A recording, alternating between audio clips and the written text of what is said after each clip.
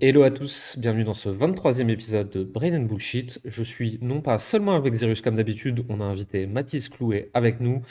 Mathis, si vous nous suivez avec assiduité, normalement vous savez déjà qui c'est, on a déjà parlé, je suis déjà passé chez lui, etc. On a fait plusieurs contenus ensemble. Mathis, juste pour poser un peu de contexte, en deux, trois phrases, qui tu es, qu'est-ce que tu fais, quel CA tu as actuellement, juste pour poser un peu d'autorité. On n'a pas invité Jojo le Clodo, quoi. Alors, merci beaucoup pour la présence intro. Moi, je suis un déscolarisé qui vit à Dubaï depuis 3-4 ans maintenant. J'ai eu 21 ans il y a quelques mois là. J'ai TheCustom.io. Donc avant ça, j'avais des agences, notamment Business Script, une agence de copywriting. J'ai baigné dans le marketing depuis mes 16-17 ans. J'ai quitté le lycée, donc j'ai pas eu le bac. C'est pour ça que j'étais déscolarisé. Et je me suis expatrié donc aux Émirats il y a de ça 3-4 ans. Et maintenant, j'ai donc TheCustom.io, qui est un accompagnement pour les agences majoritairement. Donc les accompagnements à étiquette, où on fait entre 150 et 200 cas par mois. On stagne. Pour en discuter, on a fait 148 cas en avril contractés. Collectés, pas contractés. Et donc voilà, c'est ça. Et puis, je suis ravi de pouvoir Pas être mal, hein. invité sur ça. Merci d'être là. Xerius, bon, toi, tout le monde te connaît, comment tu vas?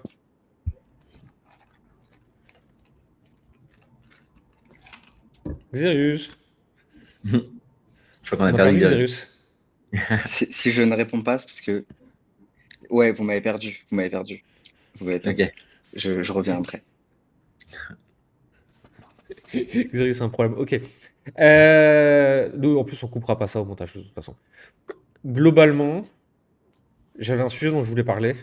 Ouais. C'est pourquoi les US sont meilleurs que nous en make money et en business de manière générale. Et je te disais en off, juste avant qu'on démarre, pourquoi est-ce que chez eux, il y a des Ty Lopez, des Cole Gordon, des Iman Gadzhi, même des Brooke Castillo, des Amanda Frances. Enfin, chez eux, j'ai l'impression qu'il y a vraiment plein de leaders absolument extraordinaires qui émergent dans plein de Ouais. thématiques, plein de domaines, avec plein de façons de faire différentes, hein. Alors que chez nous, il y en a moins. Et là, vraiment, j'applique le filtre de taille de marché, tu vois. Je me dis pas pourquoi est-ce qu'il y a personne chez nous qui fait 250 millions. Mais pourquoi est-ce qu'on n'arrive pas à faire émerger le même type de leader chez nous? Et j'aurais été curieux d'avoir ton avis, puisque le marché US, tu le connais bien, toi. Ok. Alors déjà, j'ai écouté votre dernier épisode là. Je l'ai écouté hier. Je vous envoie un message sur WhatsApp sur Tay Lopez. Sous-coûté cet épisode. Allez le voir si vous n'avez pas encore vu. Franchement, c'est très intéressant votre avis là-dessus. Euh, j'ai quand même l'impression, j'ai l'impression que Iman et Cole Gordon, Ty Lopez et Grant Cardone, c'est deux catégories différentes. Parce que Iman, c'est un peu le Yumi. Je suis d'accord avec vous là-dessus, Mm. en France. Et il se trouve que Yumi arrive à faire plus d'argent qu'Iman sur les challenges, sur les lancements que fait Iman. Iman n'arrive pas à faire d'autant d'argent que Yumi, alors que le marché est plus grand. Et ça l'énerve, il comprend pas pourquoi. Et ouais, il comprend pas, tu vois. Il y a ce truc de pourquoi est-ce qu'il arrive à faire des sommes comme ça alors que moi, j'arrive pas à le faire. Donc ça, c'est un peu une anomalie de marché. Après, Yumi, c'est un peu pour moi, c'est en dehors.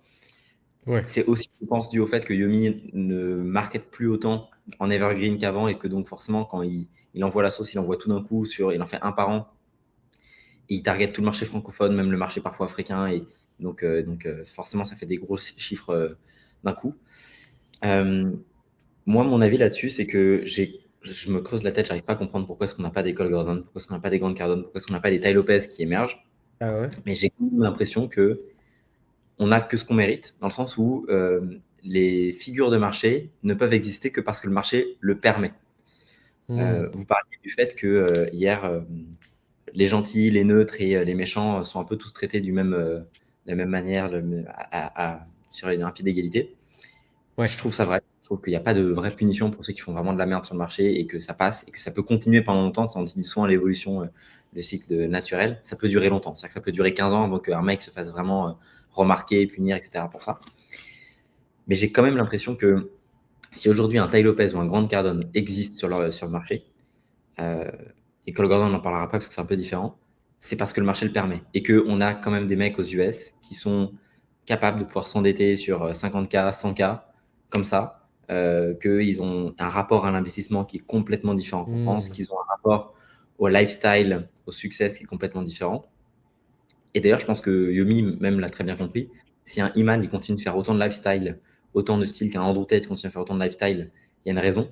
Si Yomi commence à faire du Squeezie à toute berzingue et beaucoup moins de lifestyle, ça fait 2 ans qu'on n'a pas vu s'acheter une montre. Pourtant, je sais qu'il en achète ici, tu vois, il met des stories, même des trucs. On sait qu'il en achète plein. Des grosses montres, il n'a jamais montré en vidéo. Alors que théoriquement, il aurait tout intérêt. En tout cas, pas sur les 2 dernières années. Si je te suis, en fait, pourquoi est-ce que nous, on n'a pas ces gens-là? C'est parce que ces gens-là se sont construits d'une certaine façon et que s'ils font ça sur le marché francophone et sur l'audience francophone, ils se feraient déboîter, donc ils ne peuvent pas exister. Et que C'est ça. le moyen de faire la même chose sur le marché français, c'est ce que jusqu'à présent seul Yomi a réussi à faire. Lisser l'image, être le gentil, faire du divertissement, éduquer et montrer qu'on est là pour sauver les foules. Et je dis ça de façon pas du tout péjorative, hein. À bien des égards, j'admire beaucoup le travail de Yomi. C'est vraiment, j'essaie d'avoir une analyse froide du truc en tant que marketeur. De si tu veux faire du Yomi sur le marché francophone, sur l'audience francophone, il faut, entre guillemets, être la personne du peuple. Alors pour le marché américain, pour le faire, il faut montrer que tu as tout niqué et que tu es milliardaire, quoi. C'est ça. Et même au niveau de la manière de communiquer Tai Lopez en podcast, par exemple, Tai Lopez, c'est le mec qui va te dire un truc, et puis 3 semaines après, il va un peu se contredire en podcast parce qu'il ne cite pas forcément ses sources, parce qu'il parle, il est dans un jeu de volume et que son esprit il fait dans tous les sens. Il lit plein de bouquins et forcément les bouquins se croisent. Et donc il est Tai Lopez, quoi. Et on a un peu ce truc-là avec Oussama en France, je trouve. Par exemple, c'est que Oussama, il va en podcast. J'adore Oussama, hein, c'est un ami. Enfin, je le trouve trop smart. Mais Oussama, il n'est pas bien accueilli par le marché français, par la majorité du marché français, quand il raconte ses anecdotes, quand il donne son point de vue, quand parfois il se contredit, parce qu'on est tous humains, je suis le premier à me contredire encore plus que lui, sauf que lui, c'est plus des trucs qu'il pense vraiment. Et donc, on a ce trait, j'ai l'impression, de trait de personnalité un peu avec Oussama. On voit que Oussama, s'il voulait vraiment faire du Tai Lopez et vendre les 100 formations qu'a Tai Lopez avec des sales et tout, il se fait bâcher par les médias français. Il se fait bâcher par des mecs sur Insta qu'on connaît tous qui font des vidéos, des fois même pas drôles dessus. Enfin, tu vois, le marché, il est vraiment le peuple, entre guillemets, donc c'est un peuple, il l'accepte pas. J'ai l'impression, et ensuite, Xarius, j'aimerais bien t'entendre là-dessus aussi, parce que je suis curieux d'avoir ton avis. J'ai l'impression que les Américains, ils peuvent se dire, il y a 10% de ce mec-là, c'est une fraude absolue, je ne suis pas d'accord avec ses idéaux religieux, politiques, je ne suis pas d'accord avec sa façon de communiquer, mais il est fort, donc je vais apprendre de lui. Alors que chez les Français, c'est tout ou rien. C'est-à-dire que c'est soit je t'accepte dans l'entièreté de ce que tu es, soit je te rejette dans l'entièreté de ce que tu es. Xerius, c'est quoi ton En vrai- regard, toi, sur tout ça? Je suis resté bloqué à ta phrase, Mathis, quand tu parlais de Cole Gordon. Et je me suis dit, quelle est la raison pour laquelle lui, on ne le met pas dans la même catégorie, alors qu'il il fait du beau chiffre, tu vois. Est-ce qu'il serait capable de le faire en France? Et mon analyse de ça, c'est que, je sais pas si tu en as parlé, mais il montre rien, tu vois. Il est très, très direct offer, très, il n'est pas orienté lifestyle, il fait des pubs simples. Et j'ai l'impression qu'on pourrait avoir ce genre, enfin, je pense qu'on a même dans le direct response ce genre de chiffres, mais de personnes qu'on ne connaît pas en fait. Tu es en France? Cole Ouais, en Gordon, France. moi, j'ai l'impression de voir un peu le contenu de personnes comme Scalesia. C'est très B2B, c'est des C'est vrai. contenus hyper orientés prospection, marketing, funnel, positioning, etc. Il n'y a pas mais une demi-seconde de lifestyle. C'est vraiment que technique B2B, problème-solution, méthodo. Euh, Leur personal branding, c'est le personal branding de l'expert d'un sujet et rien d'autre. Cole Gordon, j'ai l'impression que la raison pour laquelle on ne l'a pas en France, c'est juste que il est juste trop fort par rapport à ce qu'on a en France en termes de sales. Parce que Cole Gordon, là où il fait vraiment son argent, c'est en prenant des pourcentages sur les sales teams, enfin sur sur les sales teams qu'il va placer pour des grandes Cardone, pour plein de personnes. Et à la fois, on a peut-être un manque de volume, quoique on a des personnes qui en France font 10 millions, on a quelques-unes, mais c'est vrai que ça court pas les rues. Alors qu'aux US, beaucoup plus, tu as beaucoup plus de personnes qui font 10 millions, c'est un peu le nouveau 1 million par an. Et Cole Gordon, c'est juste que, ouais, il a un produit qui est tellement exceptionnel, il a tellement une qualité à mettre ça. Aujourd'hui, n'importe quel groupe de closers, alors je ne dis pas qu'on a des mauvais closers en France, on a des très bons of sales, on a des très bons closers, mais j'ai l'impression que on n'a pas de référence d'une vraie agence de closing qui est aimée de tout le monde, qui place des closers pour des entrepreneurs français, et tout le monde sait que c'est eux les boss, tu vois, et qu'il n'y a pas de souci. Closers.io aux US de Cole Gordon, c'est ça, c'est la référence. Et si tu peux te permettre de payer Cole Gordon, tu n'auras pas de souci. Et j'ai l'impression que c'est juste une question de skills, en fait. Est-ce que c'est pas lié à la typologie du marché? Tu peux être un sales extraordinaire aux US d'une façon que tu ne peux pas être un sales extraordinaire en France.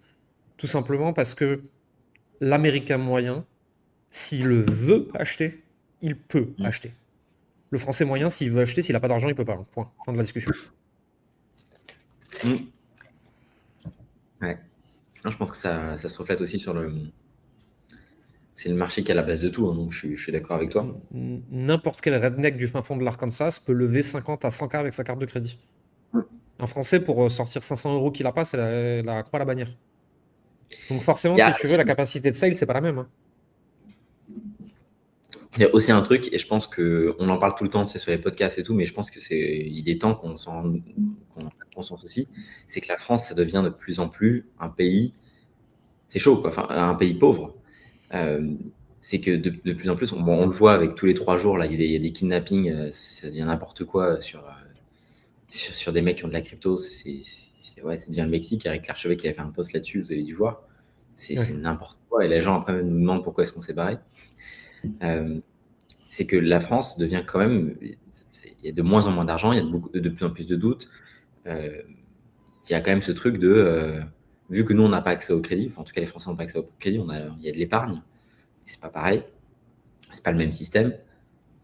Il y a aussi ce truc de. Bah, en fait, on s'en rend peut-être pas compte, mais peut-être que le pouvoir d'achat, on est en train vraiment de le voir s'effondrer sous nos yeux. Donc, il y a aussi ce truc-là. Je sais pas à quel point, je suis pas économiste, j'ai pas mon bac, je sais pas te dire, mais c'est un ressenti vis-à-vis du marché. Après, il y a aussi une question de valeur perçue, tu vois, parce que j'ai l'impression qu'aux US, c'est facile de vendre une formation à 10 000 euros. C'est-à-dire que quand tu te fais coacher par un coach américain, que tu lui dis que tu as un programme à 5 000, il va te dire, il va limite s'étouffer, en fait. Genre, what? Mais 5 000 euros, mais c'est que dalle. Et eux, ils vendent des formations à 5 000 euros, ça passe. Et du coup, c'est aussi au niveau scalabilité, profitabilité, beaucoup plus simple de réinvestir dans de l'acquisition et de grossir. Je pense qu'il y a aussi cet enjeu. Ouais, il y a ce truc de, effectivement, les Américains, c'est un pays qui a 200 ans. C'est tous les mecs qui ont le plus de testo en Europe qui sont rassemblés sur une île, qui ont viré tout le monde et qui ont dit maintenant c'est à nous. Et on va innover très très dur, très très fortement, on va bâtir des trucs. Et ils sont devenus le pays le plus puissant du monde à l'espace de 200 ans. Donc c'est vrai qu'il y a quand même un rapport au succès, un rapport à l'investissement, à la prise de risque qui est complètement différent. Et je pense que de manière générale, les mecs qui sont aux États-Unis, c'est quand même beaucoup plus des sauvages, savage, tu vois, dans la manière de penser par rapport à ça. Quoi. Aux US, le président lance un meme coin. Sur le Ouais, c'est site, ça. il y a écrit c'est le meilleur investissement que vous puissiez faire pour soutenir Trump. Alors que chez nous, pour investir sur un ETF, je dois faire un quiz de 20 questions pour que des gyros me donnent le droit d'être un investisseur. Tu vois, c'est juste en fait, culturellement, les pays sont radicalement différents. Tu vois. Bien sûr, c'est sûr. Non, mais c'est évident. C'est la manière de communiquer même. Tu vois le compte Twitter, allez sur le compte X de White House, donc la Maison Blanche. Allez regarder ce qu'ils tweetent, ce qu'ils retweetent, comment ils répondent. T'as l'impression que c'est géré par un gamin de 15 ans, c'est à mourir de rire. Les mecs s'en foutent. Je sais pas si on doit se réjouir du fait que ça apporte de la légèreté et que c'est cool et que machin, ou alors est-ce que c'est un manque de profit. Franchement, j'en sais rien, mais c'est ce que c'est et c'est très marrant à regarder. Bref, donc c'est vrai que c'est une mentalité qui est différente.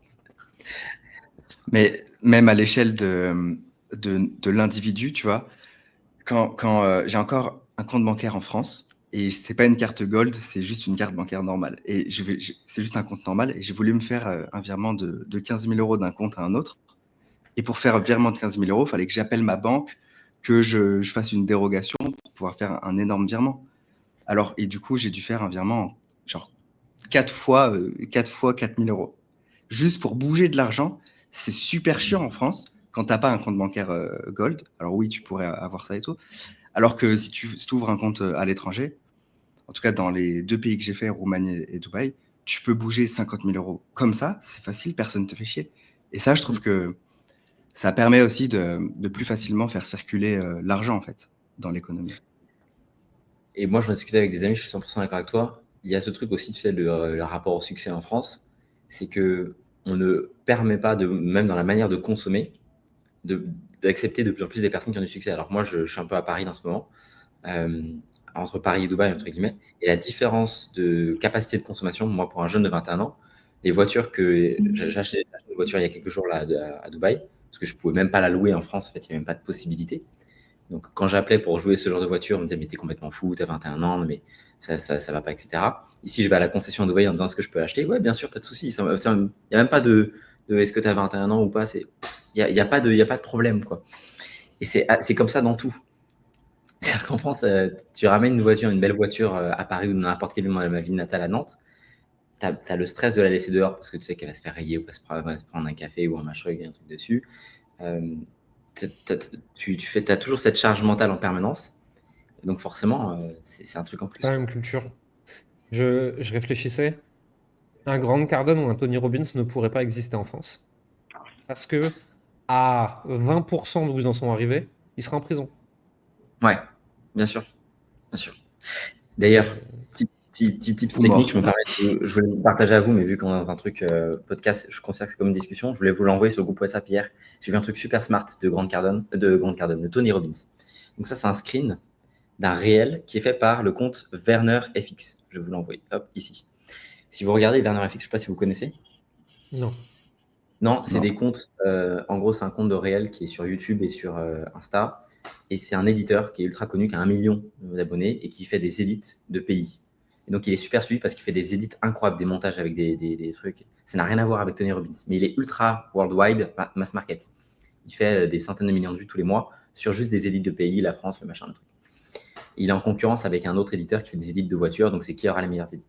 Et en fait, ils ont fait faire un édit de Dean Graziosi, qui est extraordinaire. Donc, Dean leur envoie une vidéo où il parlait de la vie, de pourquoi est-ce qu'il fallait rester motivé, etc.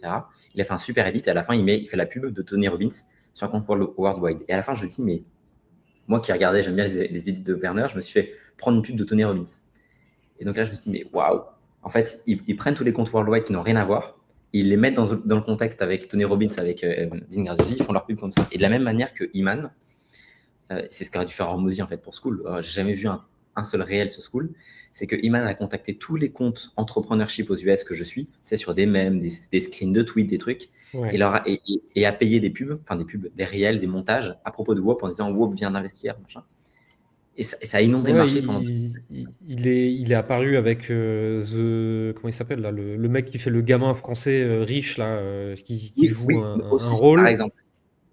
Il est apparu aussi avec l'autre, putain, j'ai un trou de mémoire en ce moment, Gstad Guy. Et il est apparu en fait, il était pendant une semaine sur 100% des comptes d'influence US de près ou de loin avec le business. Et même à l'époque, Exactement. on l'a vu faire des contenus avec Hasbullah, on l'a vu faire des contenus avec tous les influenceurs qu'il peut. Là récemment avec Benny's Deal Watcher. Mm. Euh, Dès qu'il va dans une ville, il cherche tous les plus gros influx et il fait des partenariats avec. Et c'est là où tu vois la différence de marketing entre la Gen Z et l'autre génération, entre Hormozy et Iman. Iman, il a ces codes-là. Mm.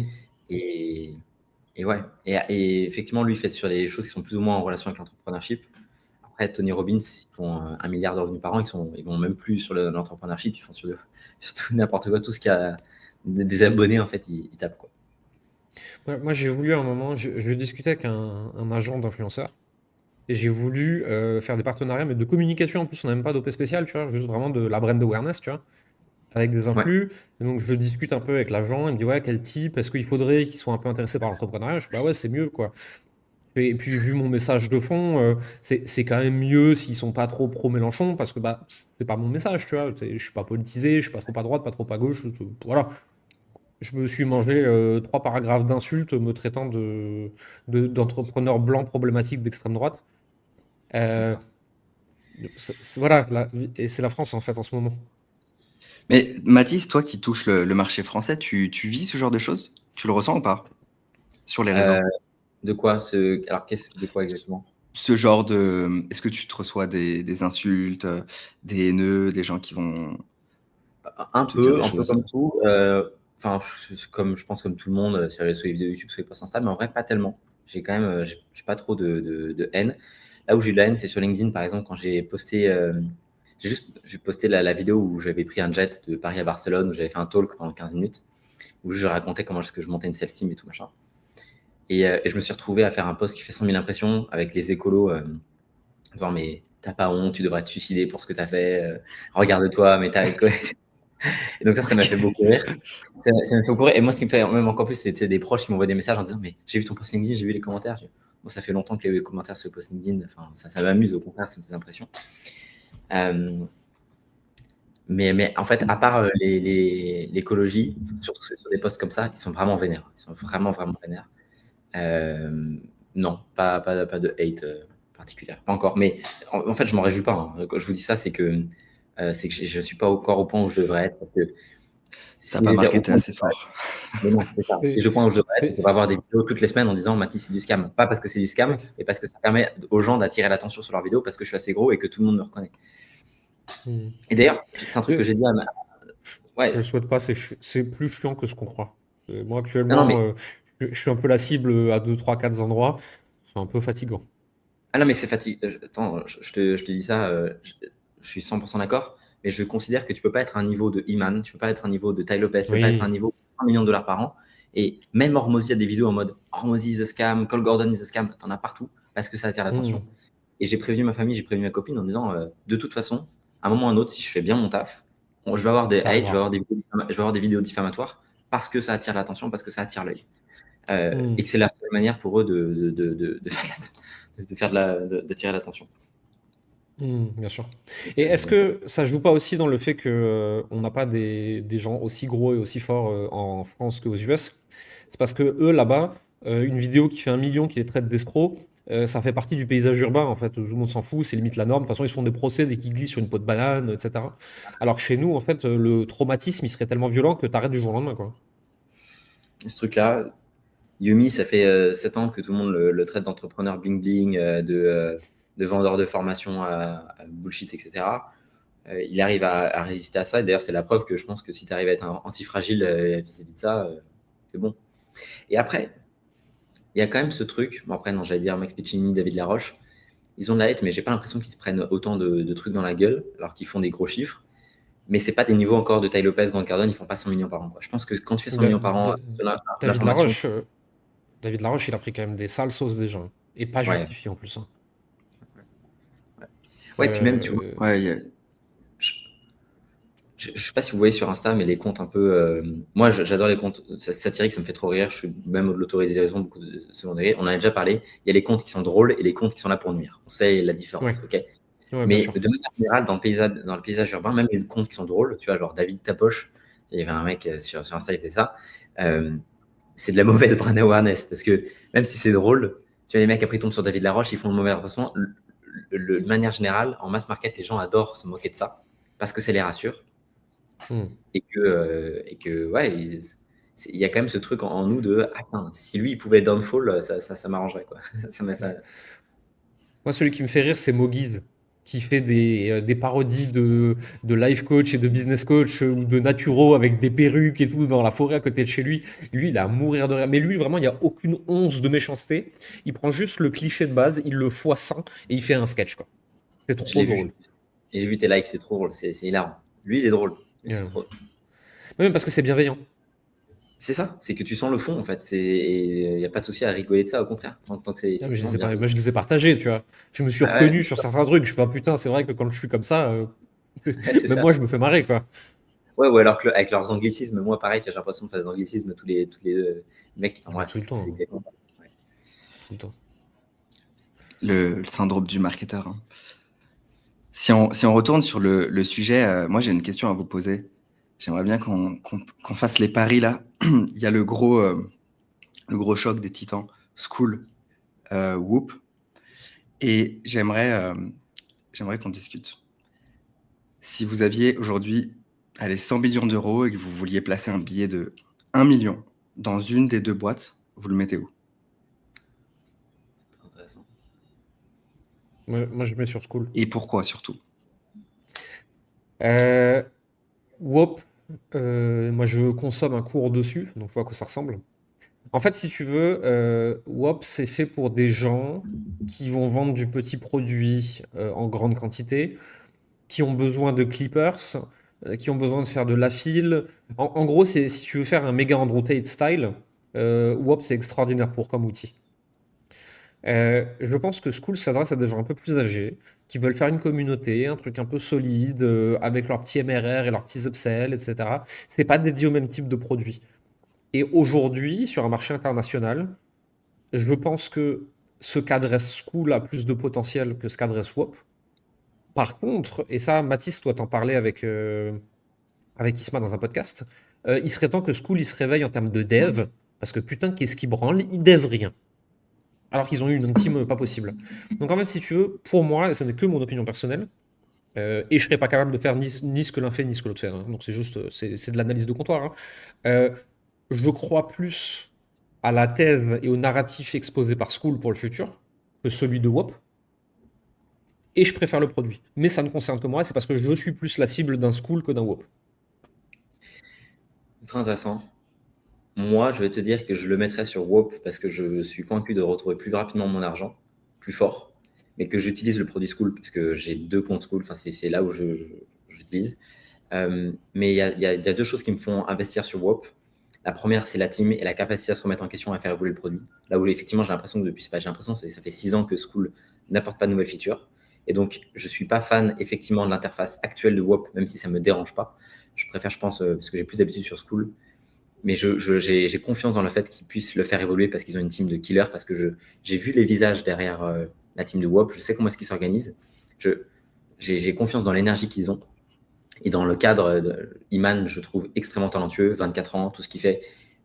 Voilà, il a ses défauts comme tout le monde, mais j'ai plus confiance là actuellement dans Iman que dans Hormozy actuellement, dans son investissement. Et dans la manière de marketer, ça me parle beaucoup plus. Tu vois, quand je vois je te parlais tout à l'heure des comptes, sur la manière dont ils font le marketing me parle beaucoup plus. Et la seconde chose qui me fallait sur WOP, c'est qu'ils ont un avantage qui est juste énorme par rapport à School, c'est que toutes les personnes autour de moi, en France, comme aux US, qui font vraiment de l'argent, qui sont sharp, qui utilisent un processeur de paiement dans le coaching ou dans la vente d'informations, utilisent WOP. Parce que Stripe, c'est devenu un enfer pour la vente d'informations. Ils comprennent pas, ils veulent pas comprendre, ils régulent. Tu peux pas, en fait, avec Stripe, c'est très compliqué. Ou alors ils mettent tes fonds en réserve, même si tu n'as pas de litige, tu n'as pas de chargeback, rien du tout, ils mettent tes fonds en réserve. WOP, pour ça, est super, parce que quand tu passes par l'interface de WOP, qui utilise d'ailleurs le fonds de Stripe, hein, mais qui ont, eux, leur réglementation, ça te permet de pouvoir vraiment faire du business en étant dans la réglementation, en respectant les règles.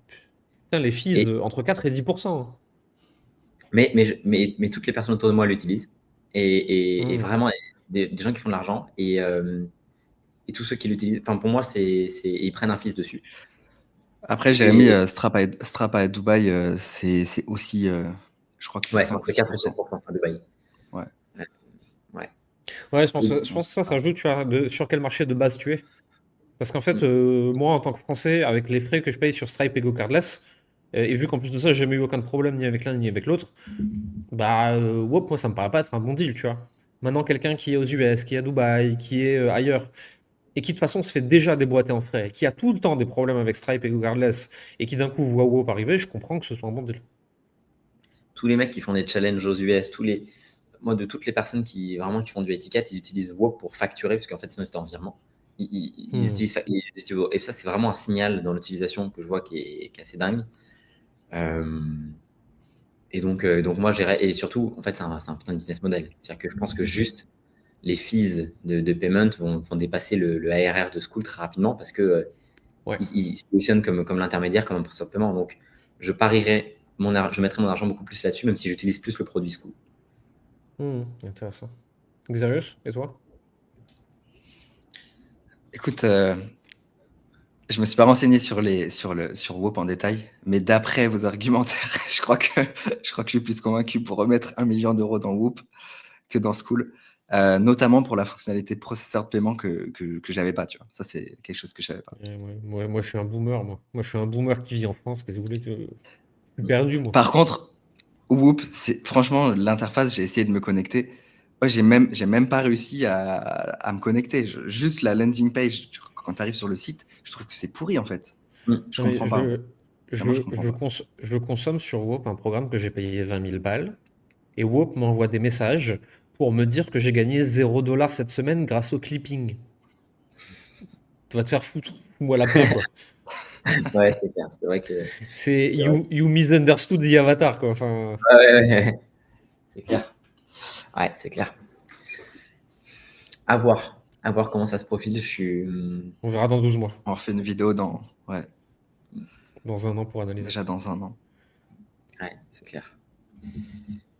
Est-ce que vous avez vu, je vous donne le tips, là j'en ai parlé à mes clients. Si vous voulez un super agent indépendant, mieux que Manus, moins cher, allez tester GenSpark.ai. Mm.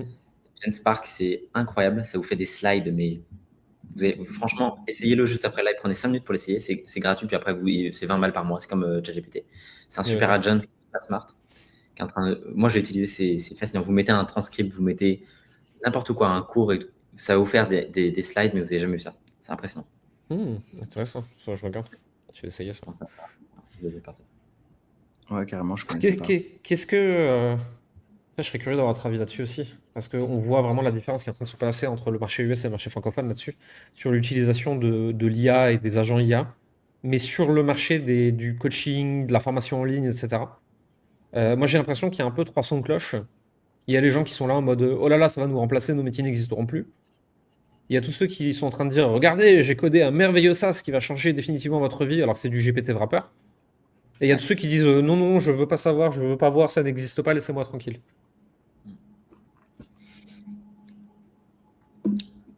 J'ai l'impression que les mecs qui sont vraiment ultra hype par l'IA, c'est ceux qui essaient d'en vendre. Ouais. Voilà. Et qu'ensuite, il y a tous les autres qui sont sur une approche pragmatique en disant sur quel rouage, quel engrenage de mon business je peux mettre de l'IA, c'est-à-dire sur des mails, sur du support, sur de l'analyse de vidéos, sur la consommation de contenu plus rapide, sur des slides avec GenSpark. Faire des slides, c'est trop bien.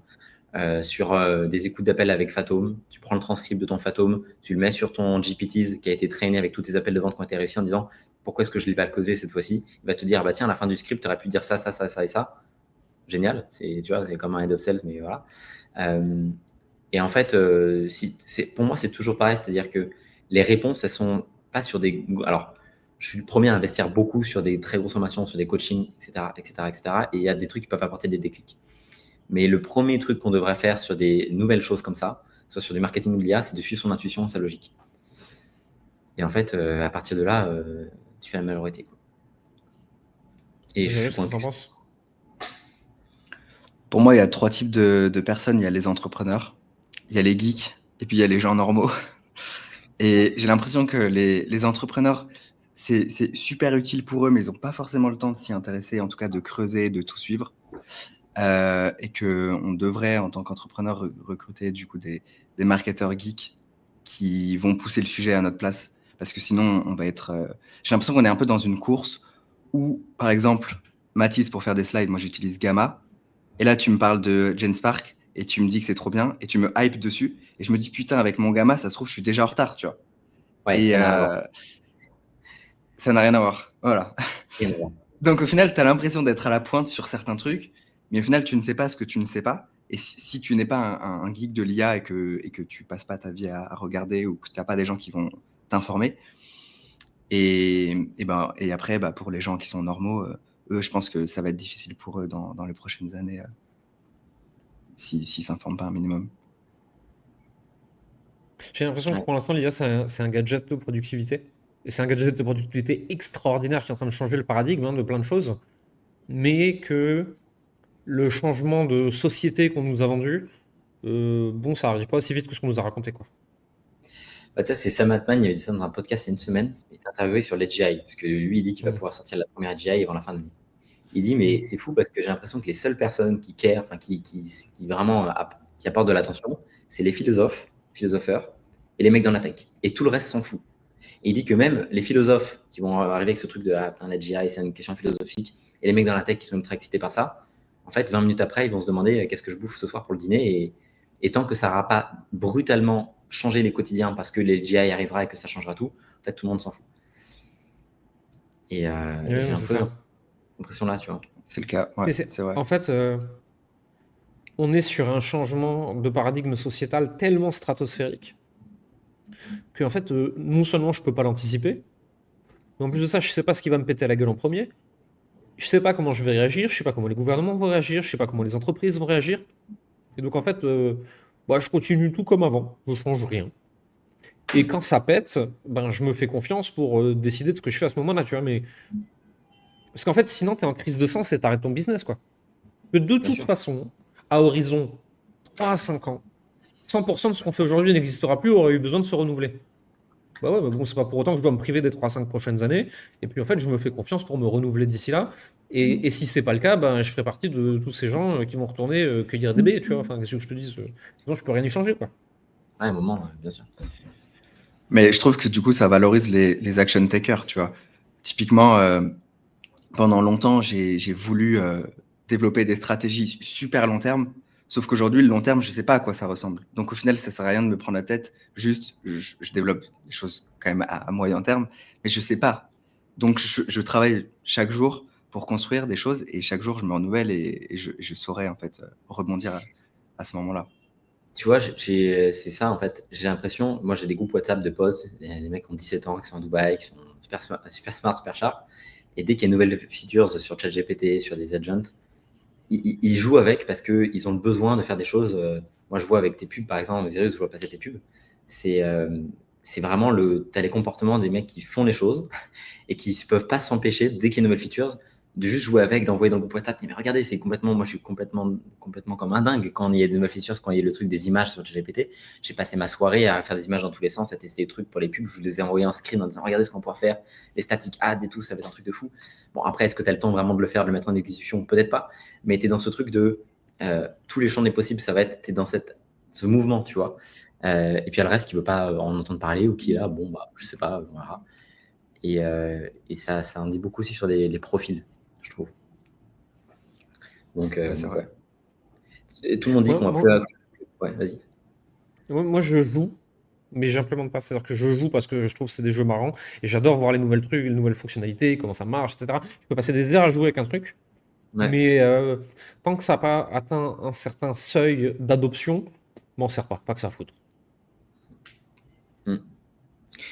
T'as Tout le monde dit 9 qu'il est chances sur 10 que... Ouais, Vas-y. vas-y. Ok. T'as 9 chances sur 10 qu'au final, le seuil d'adoption ne se fasse jamais parce que tu as choisi les mauvais outils et qu'ils ils partent en couille après, quoi, au bout de quelques mois. Les Américains se posent moins de questions que nous, hein. Et ils vendent, ils ont maintenant dans 100% des programmes, il y a leur IA personnalisée. Alors nous, on l'a fait aussi hein, dans le nôtre, hein. Sauf qu'on n'a pas essayé de raconter qu'on avait révolutionné et surperformé OpenAI. En fait, c'est pour ceux qui nous Ils le écoutent. marketent trop bien. Non, mais C'était c'est ouf. ça, il le market mieux que sa Maltman, putain. 100% des IA de tous les programmes internationaux actuellement, c'est ce qu'on appelle des GPT wrappers. C'est que la personne elle a pris son programme, elle a créé un set d'instructions qu'elle a connecté à l'API GPT et elle a dit voici mon IA personnel. Et ça veut pas dire que c'est pas bien, attention, ça peut être extra, mais ce n'est rien d'autre que ça. C'était comme le sujet sur une vidéo sur Iman qui fait un lancement, comme il fait ses lancements toutes les 2 semaines, sur les nouveaux tools d'IA. Et ce n'est pas ChatGPT, ce n'est pas machin, ce n'est pas machin. Vous allez pouvoir lancer un nouveau business avec de l'IA. Ok, c'est ChatGPT en fait. Mais avec Oui, il y a un mec qui a extrait son IA, qui allait regarder dans le code et qui a sorti le prompt et l'API GPT. Ouais. Mais ouais, c'est des Américains, quoi. Incroyable.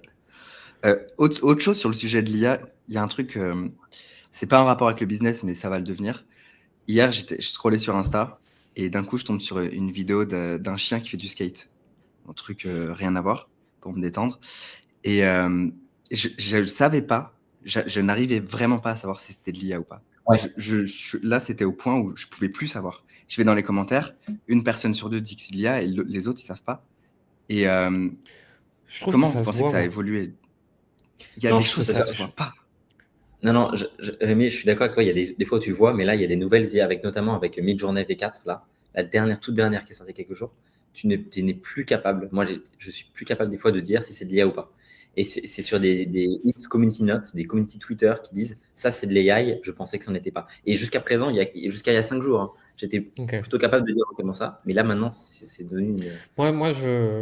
Ce à quoi je suis exposé, mais j'ai pas tout vu, tu vois. J'arrive très facilement en fonction de le contexte de la vidéo, ses couleurs, des points qui sont pas tout à fait nets alors qu'ils devraient, parce qu'en fait, c'est pas qu'ils devraient être nets, c'est que vu l'angle de la soi-disant vidéo, en fait, ça devrait être net à cet endroit-là, ça l'est pas, tu vois, en termes de luminosité. Plus tu regardes la page qu'il a publiée, et à partir de ça, j'arrive très facilement à croiser qu'est-ce qu'il y en est, qu'est-ce qu'il y en est pas. Mais je suis peut-être pas exposé aux trucs qui sont beaucoup plus évolués, c'est possible aussi. Les trucs évolués, c'est le mass market. Hein. C'est genre quand Mais, tu mais, mais slides ça, et que d'un coup ça ton. pose une vraie question. Hein. Mm. Quand demain on pourra plus faire la différence, comment est-ce qu'on fait quoi? Bah, c'est ça, ouais. Ouais, c'est ce truc-là, quoi. Ouais. Non, parce qu'il y a une semaine, Jérémy, je te disais, moi, je pense que pour faire la différence avec l'IA et tout, et avec tous les clones dans mes vidéos YouTube, je vais faire des vlogs. Bah ça y est, c'est fini. Si tu peux te balader dans la rue et avoir un clone qui te remplace, genre ça y est, là, ta différenciation humaine, tu peux plus. Ça Ouais. marche plus. Vous avez vu Je le dernier. pense que. Vas-y Mathis. Non, vas-y, Jean. Je voulais juste dire, je pense que on, on veut se raconter qu'on est irremplaçable en tant qu'humain à bien des égards, alors qu'en fait on l'est pas. Ouais. Mm. Qu'est-ce que tu voulais me Ouais. dire?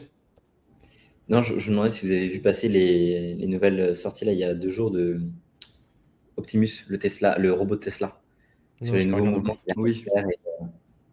Et il disait que c'était juste le warm-up et qu'à la fin de l'année, il serait capable de faire des choses encore complètement à des années-lumière de ça. Et Ouais, on a mais il un dit ça tous robot les qui... 6 mois, donc. Ouais. Et le robot, il commence à faire des vagues avec les bras. Enfin, il est vraiment, il fait n'importe. Il est vraiment. Ouais. Il danse.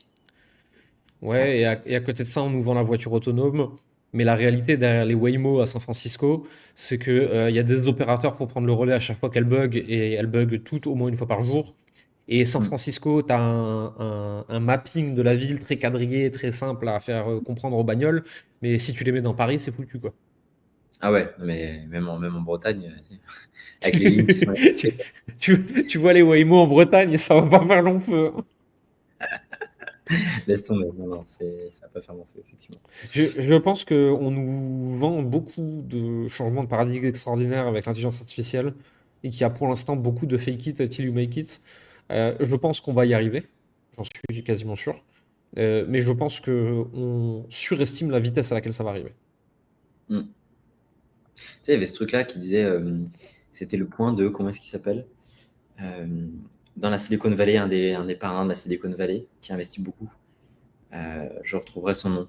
Si vous avez des noms de la Silicon, je ne me souviens plus. Peter Thiel, C'était peut-être Peter Thiel ou quelqu'un d'autre. Ouais. Bon, Peter Thiel qui disait la théorie de l'évolution sur 100 ans, je ne sais plus est-ce que j'avais entendu, mais qui disait qu'en gros, sur les 100 dernières années, le seul domaine, le seul secteur où on a eu vraiment une explosion en termes d'évolution, ça a été sur le secteur tech, Internet. hmm, En fait, là où tu as vraiment une explosion. Mais globalement, si tu regardes les avions, les voitures, n'importe quel autre domaine, il y a eu des avancées technologiques. C'est-à-dire que tu prends la voiture d'il y a 100 ans par rapport à la dernière Porsche, c'est évident que ça n'a rien à voir. Mais ça reste une voiture avec 4 roues qui roule, enfin une direction, un triangle. Et hmm, voilà, pareil pour les avions. Ok, plus de confort, plus de rapidité, plus de safety, mais c'est la même chose, quoi. hmm. Et que à part la tech, il n'y a pas eu dans d'autres secteurs des avancées majeures, des évolutions complètement Ouais, c'est vrai. extraordinaires. Donc, tu vois, c'est intéressant de regarder ça aussi, de cet angle-là. Mathis, en termes en termes de market, tous les Américains, tu vois, ils ont rebrandé un peu leur programme avec IA derrière. Tu l'as fait ou pas, toi, sur ton programme, sur ton offre, sur le marché On a mis, derrière? on a mis une mise à jour, on a fait une V3 là, chez The Ecosystem récemment, et donc en gros, on a mis un module AI, mais j'ai pas encore marketé. J'aimerais bien, je sais pas, tester une offre. Je pensais à ça et tester une offre, vendre un pack AI avec plein d'infrastructures, je sais pas, pour 2K par exemple, et tester voir si ça prend, avant de le mettre à l'offre pour voir si ça résonne, tu vois, avec ma cible en faisant des stories Instagram, voir si ça prend. Mais pour l'instant, j'ai pas encore fait. Mais je pense que si les gens le veulent et qu'ils en ont besoin, nous, on se cassera la tête pour développer un truc ou de faire wrapper des choses qui sont intéressantes. Quand je dis développer, c'est pas coder, mais c'est de trouver les meilleures infrastructures, les meilleurs packs, que nous, on Hmm. utilise, qui sont utilisables pour eux. Et j'ai envie de voir ce que demande le marché. De toute façon, c'est toujours qu'est-ce que veulent Ouais. notre avatar, quoi. Mhm. Mm. Si on devait résumer un peu bien cet épisode, pourquoi est-ce que les US nous fument? Donc on a dit il y a une histoire de culture. Ce qui fait qu'il y en a qui sont très forts aux US pourraient pas exister en France. Une histoire de mentalité, il y a une histoire d'argent, il y a une histoire de brand et de positionnement sur le marché. Vous voyez d'autres choses? De pricing. Je pense honnêtement qu'on sous-estime effectivement l'impact de la culture. Parce que vraiment, tu donnes les mêmes ressources à différents pays, à la Chine, à l'Inde, à l'Afrique, à l'Europe, aux États-Unis. Tu reviens 50 ans plus tard, tu n'as pas du tout les mêmes pays. Et je pense sincèrement qu'il y a aussi une question de culture et de comment est-ce que, comment est-ce que les gens réagissent à ça, comment est-ce que le peuple réagit à ça. Enfin, je considère dans le peuple. Hein, tu vois. La Chine et l'Inde avaient le même potentiel et ils ont fait complètement des choses différentes. Tu vois. Enfin, la culture, on sous-estime à quel point ça peut impacter un continent en entier. Vraiment. Comment est-ce que les gens se comportent vis-à-vis de ça, vis-à-vis des ressources, vis-à-vis de plein de choses. Moi, pour être allé en Afrique plusieurs fois, le comportement des gens au quotidien, il est complètement différent. Ils sont chill. Ils sont même probablement plus heureux. J'en sais rien. S'ils sont plus heureux, je n'aurais pas demandé. Mais la manière de se comporter, la manière de vivre est beaucoup plus détendue, beaucoup plus chill, beaucoup plus. Ils sont pas stressés par plein de choses. Et d'un autre côté, il y a plein de trucs qui n'arrivent pas à émerger du sol parce que tu as de la corruption, mais parce que tu as une gestion des ressources qui est complètement différente. Et donc, la culture impacte tellement le développement d'un pays, la consommation des biens, tellement de choses. Je pense que ça ne peut se jouer qu'à ça. On a plein d'autres raisons autour. Je pense qu'on sous-estime à quel point la culture, ça fait 80% du taf. En fait, la culture explique les autres raisons. La culture explique les problèmes de pricing, de vitesse d'exécution, de succès. Donc, effectivement, je trouve que ça englobe tout. Et on parle souvent de culture d'entreprise et j'ai des potes qui sont venus du Japon, qui sont entrepreneurs. En fait, c'est là où tu vois que tu n'as pas besoin de mettre des règles quand tu as une culture dans une boîte. La culture d'une boîte, la culture d'un pays, c'est la même chose. Les Japonais, il n'y a pas de règles. Il y a des règles, mais je veux dire, ils n'ont pas besoin d'aller jusqu'à taper les limites pour bien se comporter, pour être propre dans les transports, pour être poli, parce que c'est dans leur culture et que du coup, naturellement, ils se comportent comme ça en interne. Et dans ta boîte, c'est pareil. C'est que si tu dois mettre des règles, c'est le truc d'Hormozy, si tu dois mettre plein de petites règles toujours plus connes les unes que les autres, c'est qu'en fait, tu n'as pas la bonne culture, tu n'as pas les bonnes personnes. Parce que si tu avais les bonnes personnes, tu mets 5 personnes smart dans une pièce, tu les laisses 2 jours, tu dis débrouillez-vous, ils vont te faire un truc smart. Peut-être pas exactement ce que tu as demandé, mais globalement un truc smart. Si tu mets 5 personnes qui ne sont pas adaptées, habilitées pour le job, tu les laisses dans une pièce, tu reviens 2 jours après, ils ont cramé la pièce, quoi. Et en fait, ça vient de là, ça vient de cette culture-là. Ok. Good. Dites-nous dans les commentaires quel est votre avis sur la question. Moi, ça m'intéresse toujours de voir des opinions différentes des nôtres ou même des opinions identiques, mais expliquées de façon différente. Dans tous les cas, Mathis, merci beaucoup d'avoir participé avec nous. Xerius, merci, Hélène, Mathis. et à la semaine prochaine. Merci beaucoup, les gars. À la Ciao. semaine pro. Ciao.